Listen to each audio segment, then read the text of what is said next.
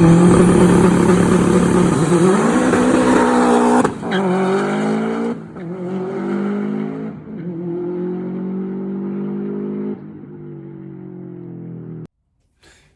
everybody, welcome to another episode.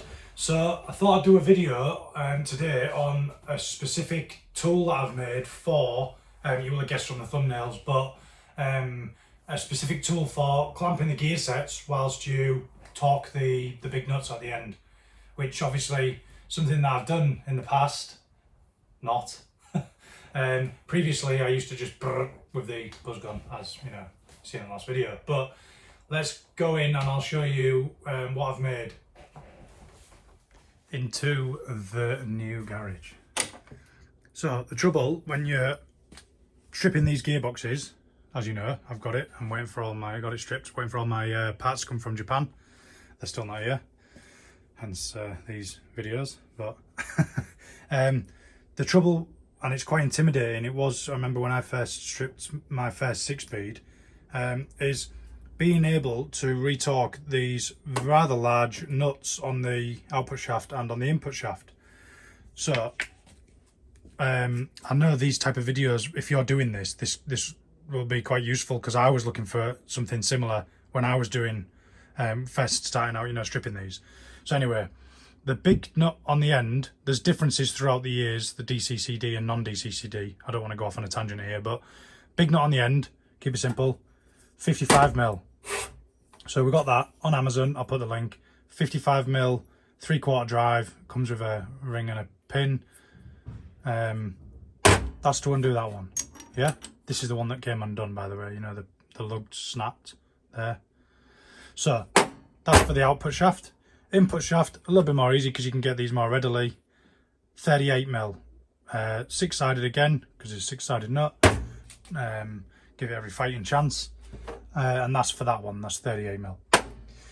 So, trouble is, how do you hold that gear set whilst you torque that up? And most places would just put that on an impact gun, same as what I've done. Put it to where it was previously, lock it off. Obviously you're going to have different, very slight differences in the size of these cogs, and that could be completely wrong, which it probably was when I've been doing it previously. And I'm trying to push the limits of these gear sets, so I want to have everything dead right. So I was bored yesterday, and I thought, do you know what, let's make a tool that's going to hold these gear sets. So I looked at this whole assembly, and the way that the Subaru tool does it, which I'll put in the screen now, which I'm sure it's about £2.5 grand, that has a spline which matches the centre diff, which was my initial plan, but then you have to have like a crow's foot socket that goes sort of, I'll put a picture of it, but it goes on there, and then it has a piece coming off the side that you can put your torque wrench into. I don't have that tool, I don't have the crow's foot tool, and I don't have a spare centre diff. I was thinking you could get them quite cheap, but they're not, they're expensive, you know, so I could butcher it. But next option, I've noticed we've got two flat spots, 2.5mm deep, two flat spots on each side of 5th and 6th gear on the output shaft. So what I've done is I've made, let's ignore this piece for now, I've made a jig, just welded it straight onto my bench. It was actually some angle iron, so this is just angle iron, and I've welded both sides together. Let me take this out. This is Sergio's idea, this end piece.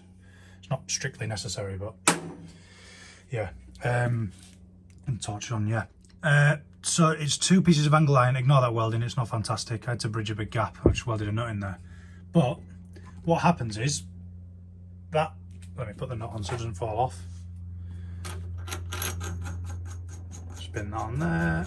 Obviously the missing disc gear goes in the middle, obviously, but it's seen better days.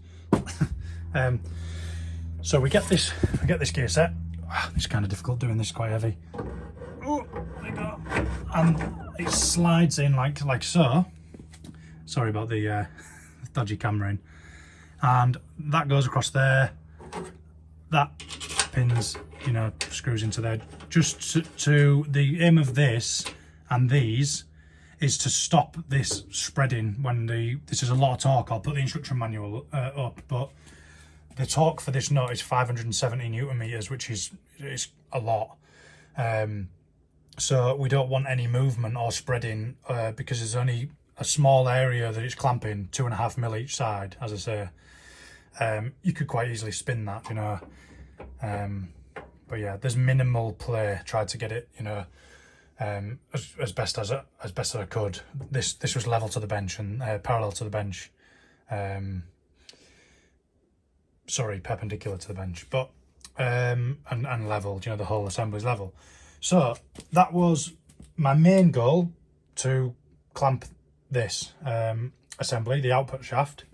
And then after I'd done this, so this was a couple of days ago, and that just nicely lifts out. I'll try and get a better angle on this time so you can see. Say nicely lifts out. But the next job was, how do we clamp the input shaft?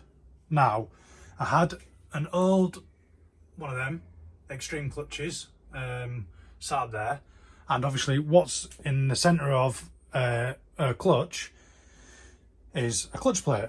So there's two of these. This is a clutch plate. What I've done is I've just drilled this part. Used to go in the centre of there.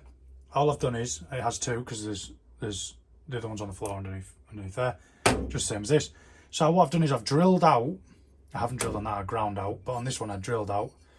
So I drilled out all of the rivets. They were like, I don't know if they're stainless or I think they are stainless actually, but it doesn't really matter. I drilled them out. We've got this plate off here, and then I've got a clutch alignment tool which comes with the clutch kits. So I put that into this assembly whilst I was welding it, because this is stainless and it warps badly. The bottom one warps a little bit, hence why it doesn't fall all the way through. But that now slots nicely in there, and then close that across if you want. Put the screw in. So then what we've got there is